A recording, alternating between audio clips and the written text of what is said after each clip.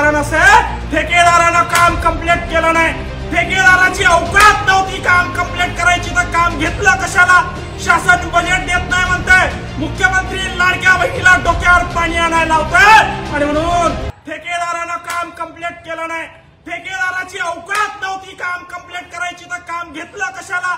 शासन बजेट देत नाही म्हणतंय, मुख्यमंत्री लाडक्या बहिणीला डोक्यावर पाणी आणायला लावतंय आणि म्हणून महिलांच्या वतीनं एक विनंती घेऊन विकास मीना जे सीओ आहे जिल्हा परिषदचे IAS अधिकारी, त्यांना विनंती करण्यासाठी आलोय की पूर्ण महाराष्ट्राची वस्तुस्थिती जी आहे, पूर्ण संभाजीनगर जिल्ह्याची वस्तुस्थिती आहे, पूर्ण फुलंब्री तालुक्याची वस्तुस्थिती आहे, मला त्याच्याशी काही घ्यायचं नाही। माझ्या गावात 2020 साली तुम्ही उद्घाटन केला जलजीवन मिशनचं, आज 5 वर्ष झाले नळ अजून आले नाही, मी गावात जायला मला नाक राहिलं नाही, महिला मंडळ मला रोज रोज विचारतात नळाचं काय झालं, पाण्याचं काय झालं, नळाचं काय झालं, पाण्याचं काय झालं।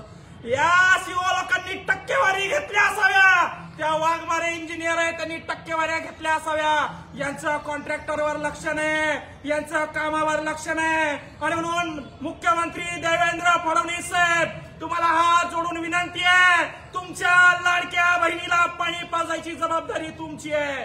जलजीवन मिशन 1,80,00,000 योजना केंद्राची आहे, 5 वर्ष झाले काम सुरू, अजून काम कंप्लीट झालं नाही आणि म्हणून सीओनी तात्काळ मीटिंग बसवावी, जलजीवन मिशनच्या योजनांचा या ठिकाणी आढावा घ्यावा।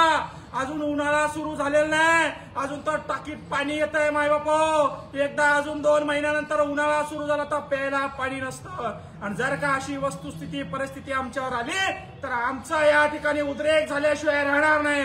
एवढा सांगण्यासाठी सीओ साहेबांना, विकास मीना साहेबांना आणि वाघमारे जे कोणी जे आहे त्यांना सांगण्यासाठी आलोय।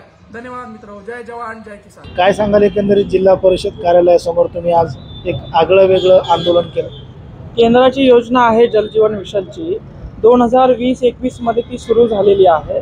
मला वाटतं पूर्ण तालुक्यामध्ये, जिल्ह्यामध्ये, महाराष्ट्रामध्ये केंद्र शासन अशा योजना राबवतं आहे। मात्र 4-4, 5-5 वर्ष झाले या लोकांनी योजना सुरू केल्या, खड्डे केले, बिलं काढून घेतले आणि शेतकऱ्यांच्या, गोरगरीब कष्टकऱ्यांच्या घराच्या नळाला अजून पाणी दिलेलं नाही। पण नेमकं कुठं पाणी हे मुरतंय का? मुख्यमंत्री साहेबांचं त्याकडे लक्ष नाहीये का?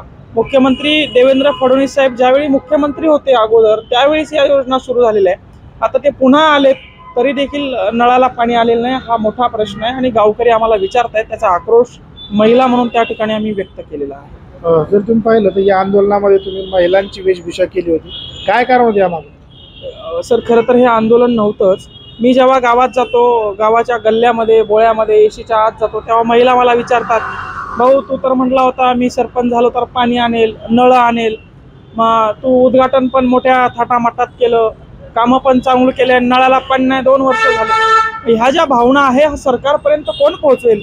एक सरपंच म्हणून मी काय करू शकतो? तर या महिलांच्या भावना जो अधिकारी या योजना राबवत आहे, एक्झिक्यूट करत आहे, त्या अधिकाऱ्यापर्यंत पोहोचणं माझं काम आहे। म्हणून मी त्या पद्धतीनं वेशभूषा करून विकास मीना जे काही सीओ जिल्हा परिषदचे आहे त्यांच्या समोर व्यक्त केलेल्या आहेत। आता ही जी जलजीवन मिशनची जी योजना आहे ती फक्त तुमच्याच गावामध्ये अडचण आहे का संपूर्ण तालुक्यामध्ये हा भ्रष्टाचार, मी भ्रष्टाचार म्हणतो या ठिकाणी, या लोकांनी काय केलंय, शासनाचा जो काही आराखडा एस्टिमेट बनवून घेतलेला आहे आणि अधिकारी लोकांनी या कॉन्ट्रॅक्टर लोकांकडनं टक्केवारी घेतलेली आहे 5-5, 10-10, 20-20 लाख रुपये एस्टिमेटनुसार आणि कामाकडे येऊन बघत नाहीये। तुला जेव्हा वेळ मिळेल तेव्हा कर, तुला जसं जमेल तसं कर आणि काम जेव्हा बोगस होतं तेव्हा मग हे स्थानिक लोकांवर, स्थानिक ग्रामपंचायत, ग्रामसेवक असतील, सरपंच असतील यांच्यावर हे ढकलतात की यांनी पैसे खाल्लेत म्हणून।